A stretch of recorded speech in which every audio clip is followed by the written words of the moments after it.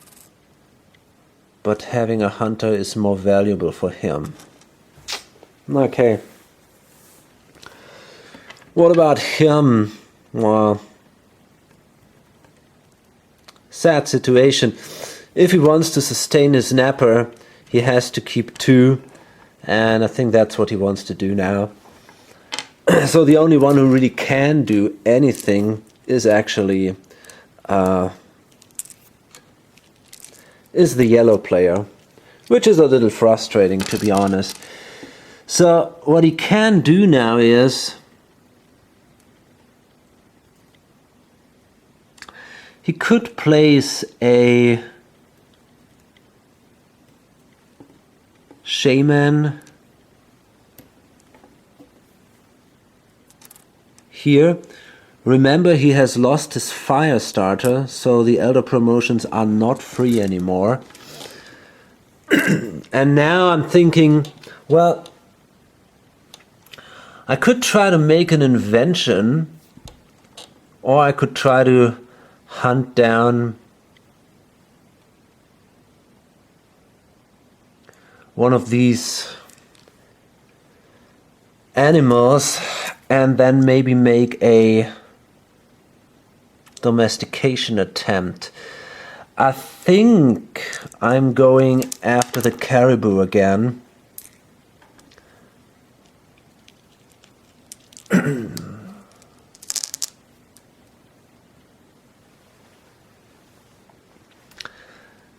A husband, on the other hand, gives me 3 points.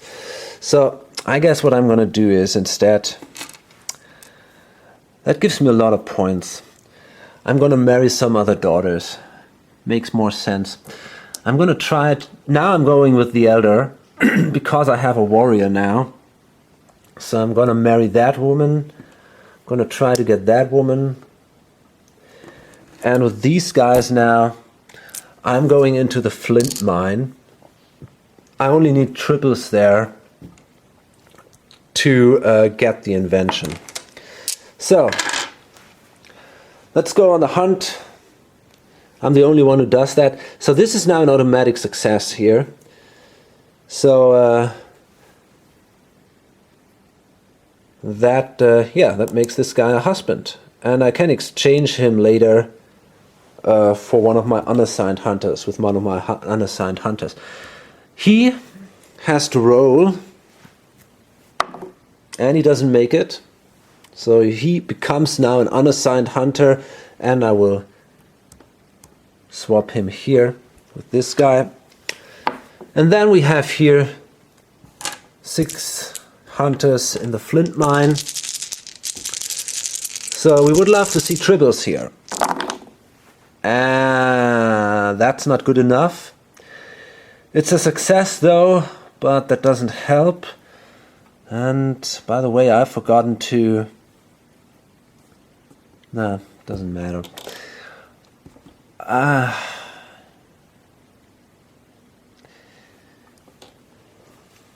Wow. Okay. Well, nothing happens here, I guess.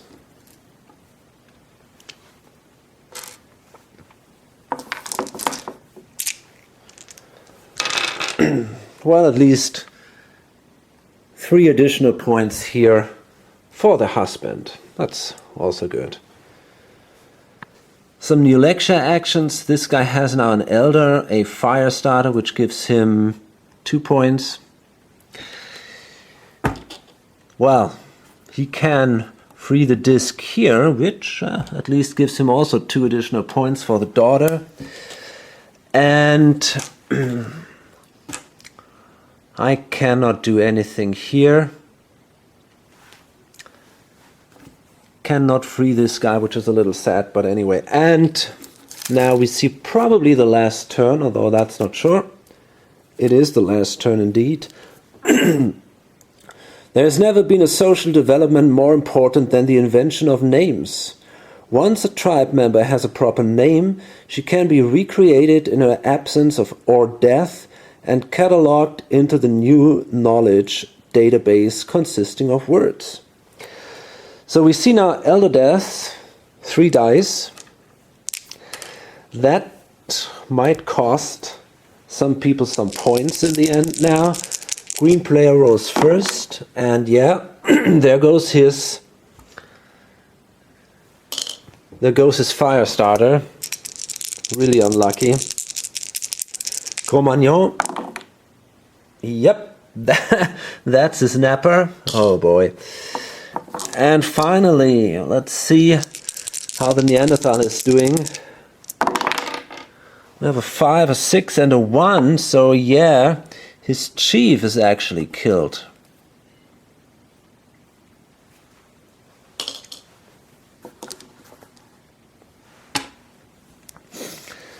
Then we see the blizzard again, and that means now this whole calculation, because of the fire of this elder here, is now lost, because now he doesn't have a daughter nor an elder, so he has to kill. No, actually that's not true, because this lady is now married, so he can sustain the other daughter. That's good. Well, he also has 2 married daughters, and that daughter here that can be sustained with his 2 hunters, and he doesn't have a problem at all.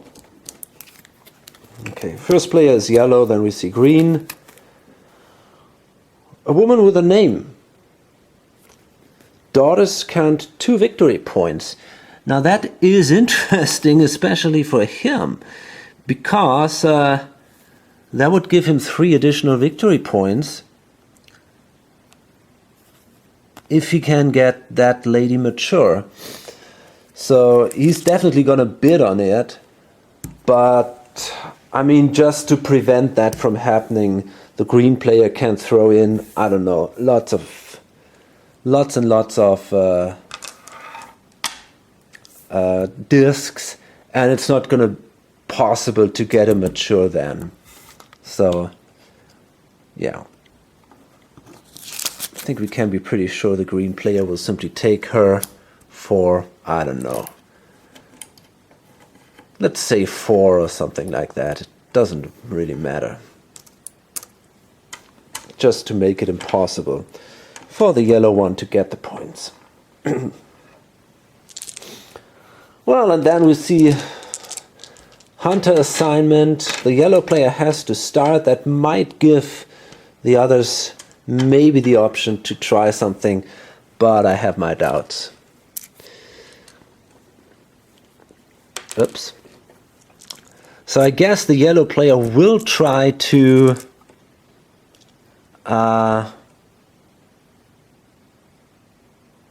well, it would be the best idea to try to marry the swearing women. That gives him a few more points. 3 more points actually, and then we're going to try it again in the flint mine. Although I might also try to free these discs, but that's not possible because there is no way to free orange discs. That's interesting actually. So now that gives me 2 points. Well, anyway, let's try it. Maybe I can build a tool. That would be nice. And well, the others, I don't know. I mean, the red player tries to hunt the caribou. There is a little chance that he can do that. There's also a chance he might die, though. Well, he's going for it. It might give him a few extra points. If he's successful, which is very unlikely, he gets these 3 babies and that would help him a little. But then again, wait a second, I'm thinking about actually I thought about marrying the vigilant woman, but I can't do that because I cannot free the disc. Yes, I can with a new lecture action. That's not so bad. That's an option. That gives me a few extra points, actually.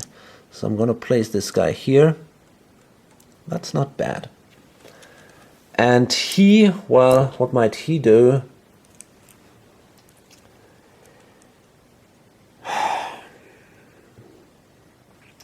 I think the best thing is actually to do nothing.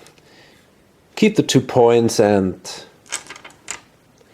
Well, okay, wait a second. It's not that simple, because he could hunt the caribou, and if he takes some losses due to frostbite, he can sacrifice the yellow guy, because the yellow guy doesn't give him points. The yellow cube counts as a yellow hunter in the end when it comes to the points. So therefore it's maybe not the worst idea to simply go there and try his luck. Okay, so we start with the yellow player, and that is a successful courtship action, so 3 more points for him. Then we're going to see here 6 dice. We need triples,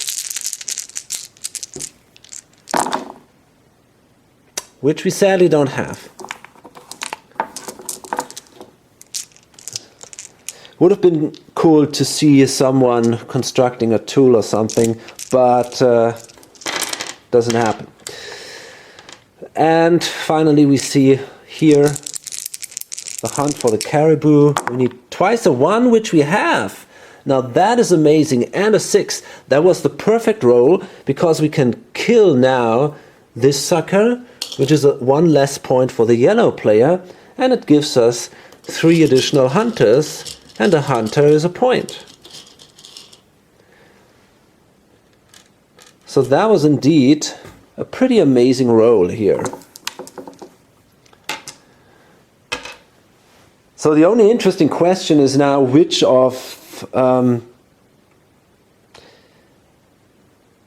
probably Homo sapiens will be second, but maybe the archaic man has a chance to be second. That's going to be a close call here. Okay, now I'm going to count the points, and yeah, you see points depend here on this list. So I'm going to go through the list from top to bottom with everyone, and in the end we'll see.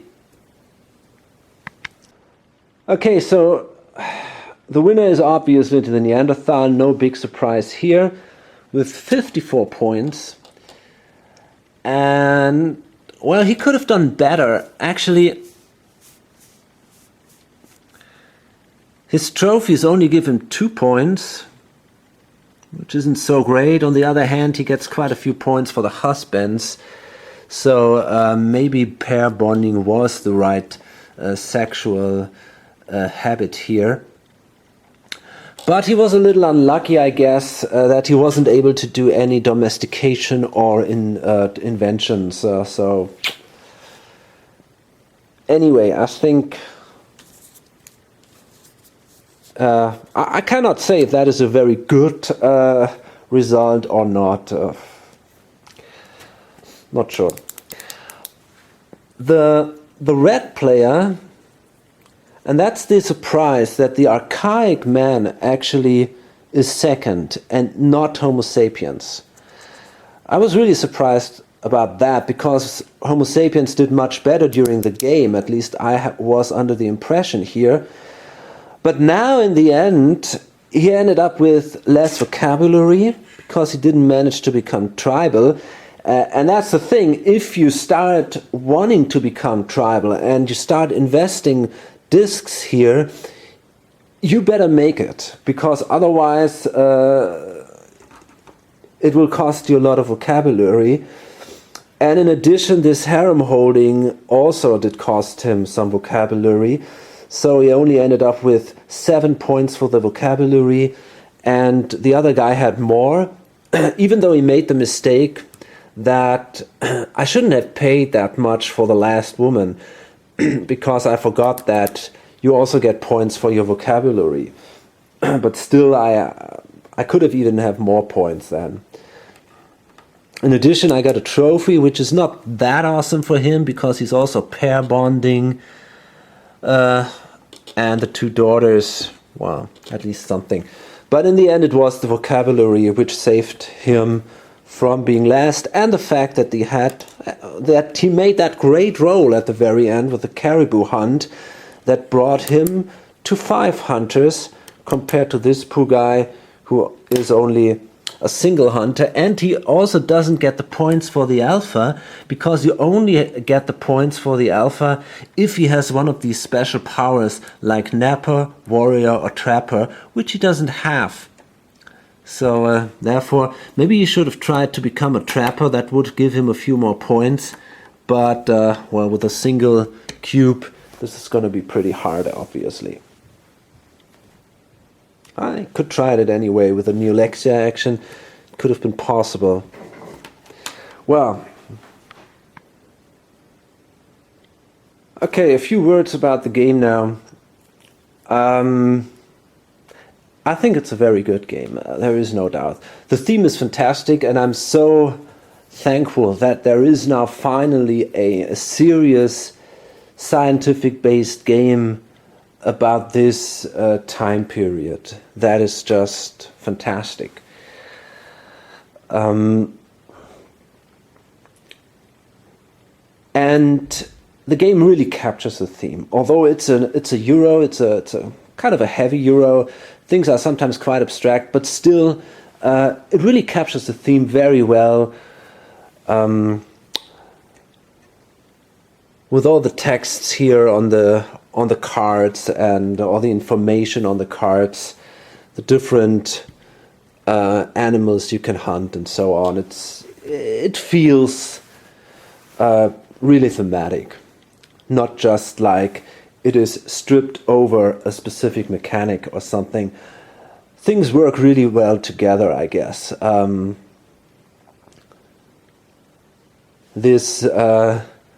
I understand now, someone explained to me how, for example, we have to understand the loss of vocabulary depending on different sexual habits, or the fact that I don't know, if you have a fire starter, you can survive in frostbite, and all these things. That makes a lot of sense to me, and it's really, as I said, it's really a pretty thematic game, especially for your Euro, I think. The rules are not that great in my opinion. I played Neanderthal before, still I had some problems. It's pretty not Neanderthal, I played Greenland before, which is a very similar game in many ways, especially all the hunting mechanic. But some things are pretty different. All this brain map thing, and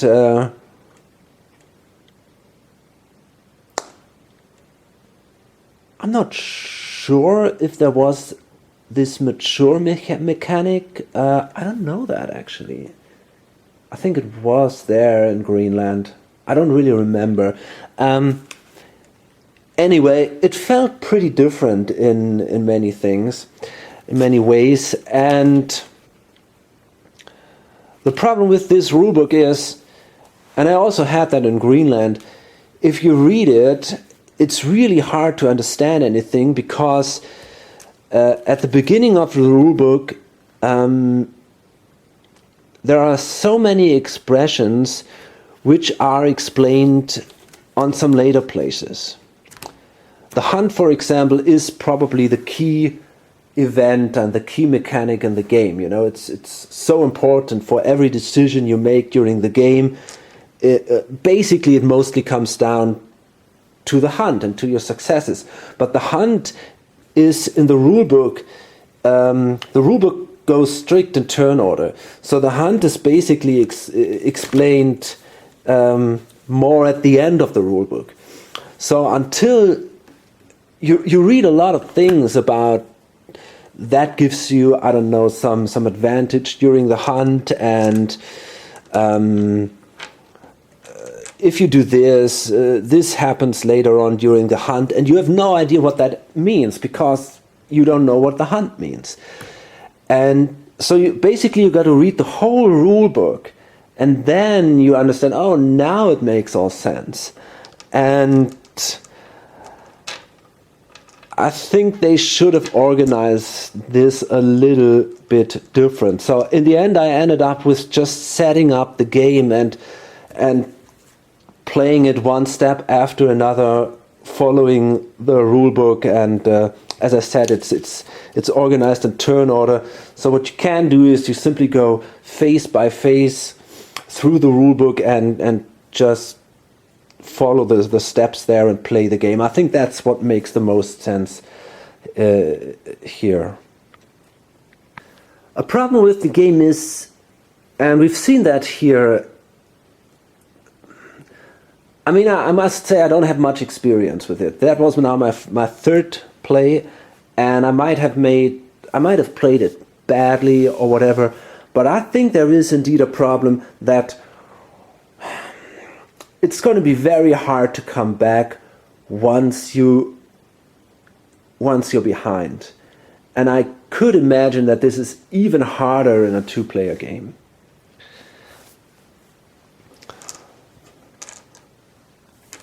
Especially in a two-player game, I could assume that if one of the players has a warrior and the other doesn't, then the other player is really in trouble, because with a warrior, you can decide who goes first. So basically, you could simply use the strategy to make the other player go first all the time and then attack him.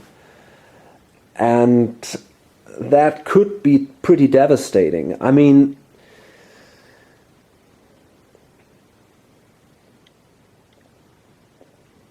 if the other player is big enough and has enough hunters, he might be able to handle this situation in some way, but still, I think that would bring him in big problems. And we've seen that here now also in the game. It was pretty much, when we were halfway through or so, it was pretty obvious that the yellow player would win this. And I think basically there were just a few lucky rolls, maybe 2 lucky rolls and, I don't know, 2 or 3 unlucky rolls for the other players, and that's it. You know, that was in the end the reason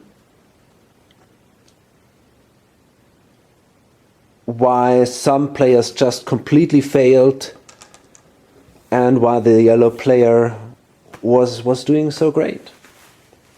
You know, if you do a really lucky hunt, that can save your day. And if you roll just once bad, you can be completely screwed. And it's so hard to come back in this game, because with only 2 or 3 hunters, you're nearly out of options. Especially, I mean, it might be also part because the biomes here these were very hard hunting grounds. Very often you have biomes on the tableau where you need only a single success and you get at least 1 hunter or so, that you come at least back slowly. That is an option. But then again, you can say you could always be attacked if you only have a single hunter or so. Someone else simply can attack you and completely extinct you. So you have actually to consider, if you have only very little hunters, it makes not even more sense not to go on a hunt at all anymore and just try to slowly develop with some portal and neolexia actions and auction for daughters. But I mean, that's definitely a way to very slowly collect points, probably more reasonably than risking extinction. But then again, where's the fun in doing this, you know? So I think once you're behind in this game, and if then the other players play this really aggressively, you're screwed. There is no way to come back. And for solitaire, that's fine. That's kind of cool to see. It's fun. It's kind of simulation, whatever. But in a multiplayer Euro group, I think some people would say this game is not for them. I know some people who definitely would say that. Compared to Greenland, I liked it much more than Greenland. It's a little more complex, I think, with these this brain map and so, and I enjoy that quite a bit. I like the theme more. I think it's more interesting than Greenland. The hunt seems also more difficult, and that was a problem I had with Greenland, which I didn't really get. Maybe I was playing it wrong or something. You could have become their polytheistic. That's how you start, and you could become monotheistic. And with the plays that I did, I realized that the monotheistic player usually always sucks. I couldn't really see a way how he could make enough points to win a game. That seemed to be completely impossible for me.